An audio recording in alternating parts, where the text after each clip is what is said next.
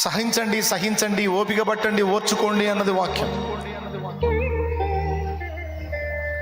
పండిట్ ధర్మప్రకాష్ శర్మ అనే ఆయన Bible verse చదివి క్రైస్తవులు అలాగ ఉన్నారా లేదా టెస్ట్ చేశాడు.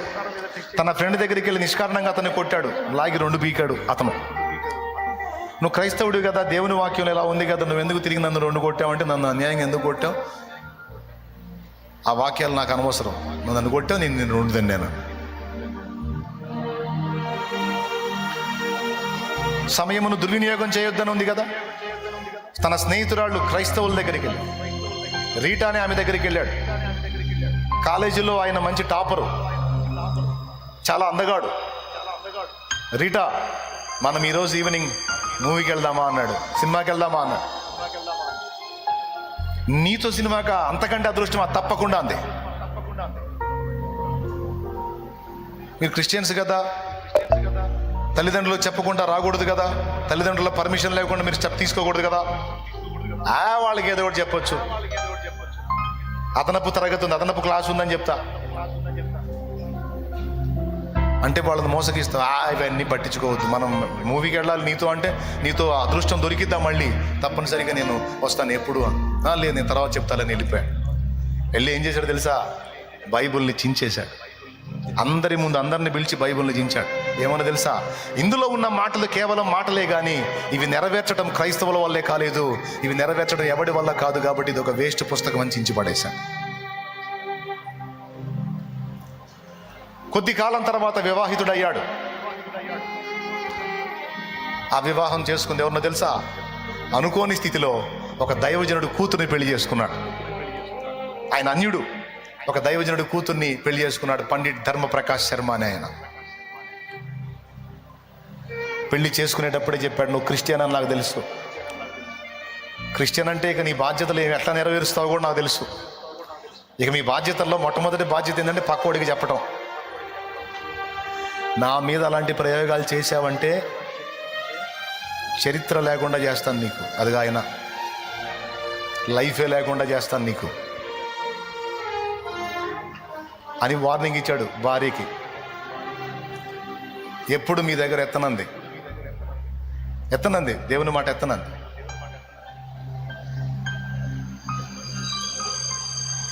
ఒకరోజు సహోదరులు భక్త సింగ్ గారు ఆమె ఉన్న ప్రదేశంలో కూటం పెడుతున్నాడంటే, ఆ రోజు భర్తను రెడీ చేసి ఆయన సాగనంపుతూ కాళ్ళకి సాక్సులు దొడుగుతా, బూట్లు వేస్తా భర్తకి చెప్పింది, ఈరోజు కొంచెం పెందలగడ్డండి, నేను పుట్టినప్పుడు నాకు పేరు పెట్టినటువంటి దైవజనుడు ఈ ప్రాంతానికి వచ్చాడంటే, ఆయన వాక్యం చెప్తానికి వస్తున్నాడు, ఒకసారి ఆయన చూడాలనిపిస్తుంది అంతే. ఆ బూట్ కాల్తో కొడితే అలాగున్న దన్మని పక్కన ఉన్నదాన్ని గుద్దుకొని తల పగిలి బ్లడ్ వచ్చింది. ఆ సప్పుడికి తల్లి వచ్చింది, ఆయన తల్లి. ఉగ్రుడై చూస్తా ఉన్నాడు భార్య వైపు. ఆమెమీ లేదు, తలకి ఏదో కట్టేసుకుంది.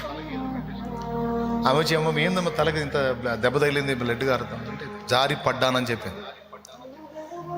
ఆమె కాసేపు చూసి వెళ్ళిపోయి, ఆయన ఏం కరగల, ఏం మాట్లాడాల. ఆమె కారు దగ్గరికి వెళ్ళి ఆయన సాగనంపేటప్పుడు చెప్పింది, ఎట్టి పరిస్థితుల్లో మీరు వస్తారు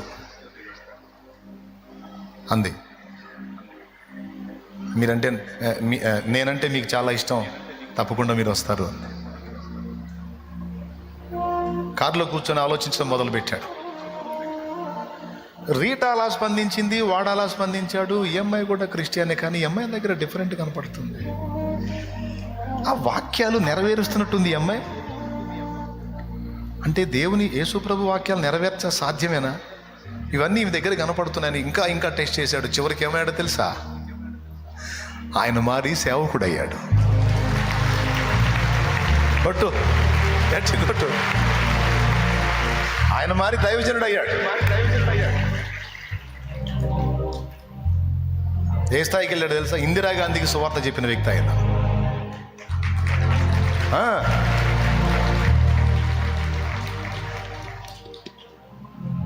నా దేశం, నా మతం, నా భూమి అనేది బుక్ ఉంది ఆయనది, చదవండి మీరు. పిళ్ళ వెంకటరత్నం అనే దైవజనుడు తెలుగులోకి అనువదించాడు దాన్ని, తెలుగులో రాశాడు చక్కగా. చాలా బాగుంటుంది. నా దేశం, నా మతం, నా దేవుడు. అది చదివి ఆమె స్టోరీ చదివి ఏడ్చాను నేను, ఆ తల్లి స్టోరీ చదివి. అలా కారిపోయిన కళ్ళలో కన్నీళ్ళు. ఆమె ఓర్పు, సహనం, ప్రేమ, త్యాగం భర్తను గెలుచుకుని దైవజనుడిగా తీర్చిదిద్దుకుంది. బిడ్డలారా, ప్రేమ ఎప్పుడైతే క్రియాత్మకమైద్దో, వాక్యం ఎప్పుడైతే నెరవేర్పుకు నోచుకుంటుందో, విశ్వాసం ఎప్పుడైతే క్రియగా మారిద్దో, ఆ మూడింటిలో ఉన్న శక్తిని నువ్వు అనుభవించగలుగుతావు బిడ్డ. మామూలుగా ఉండదు దాని ప్రభావం. మీరందరూ అది అనుభవించే వాళ్ళు కావాలని నేను ఈ విషయాలన్నీ మీతో పంచుకోవాలనుకున్నాను. ఈరోజు అవకాశం దొరికింది, పంచుకున్నాను. తప్పకుండా మీ హృదయాల్లో భద్రం చేసుకోండి. వాక్యాలను అనుసరించి జాగ్రత్తగా అడుగులు వేయండి. ఆఖరికి వేసుకునే బట్ట, ముఖాన్ని సిద్ధపరచుకునే తీరు, దైవభక్తి గలవారమని చెప్పుకున్న స్త్రీలకు తగినట్టుగా మీరు నడుచుకోండి అన్నాడు కదా. అరే, నేను ఇలా రెడీ అవుతున్నాను, ఇది దేవుని భక్తిపరుల లక్షణమేనా? నేను ఈ గుడ్డ కడుతున్నాను, ఒక భక్తిపరుడు, ఒక భక్తిపరురాలు ఇలాంటి బట్ట కట్టొచ్చా? నా ముఖాన్ని ఇలా సిద్ధపరచుకుంటున్నాను, ఒక భక్తిపరుడు, ఒక భక్తిపరురాలు ఇలా ఉండొచ్చా? ఫేస్ మీద ఇలాంటివి చేసుకోవచ్చా? ఇతరులకు నన్ను చూసి ఏం మాదిరి నేర్చుకుంటారు?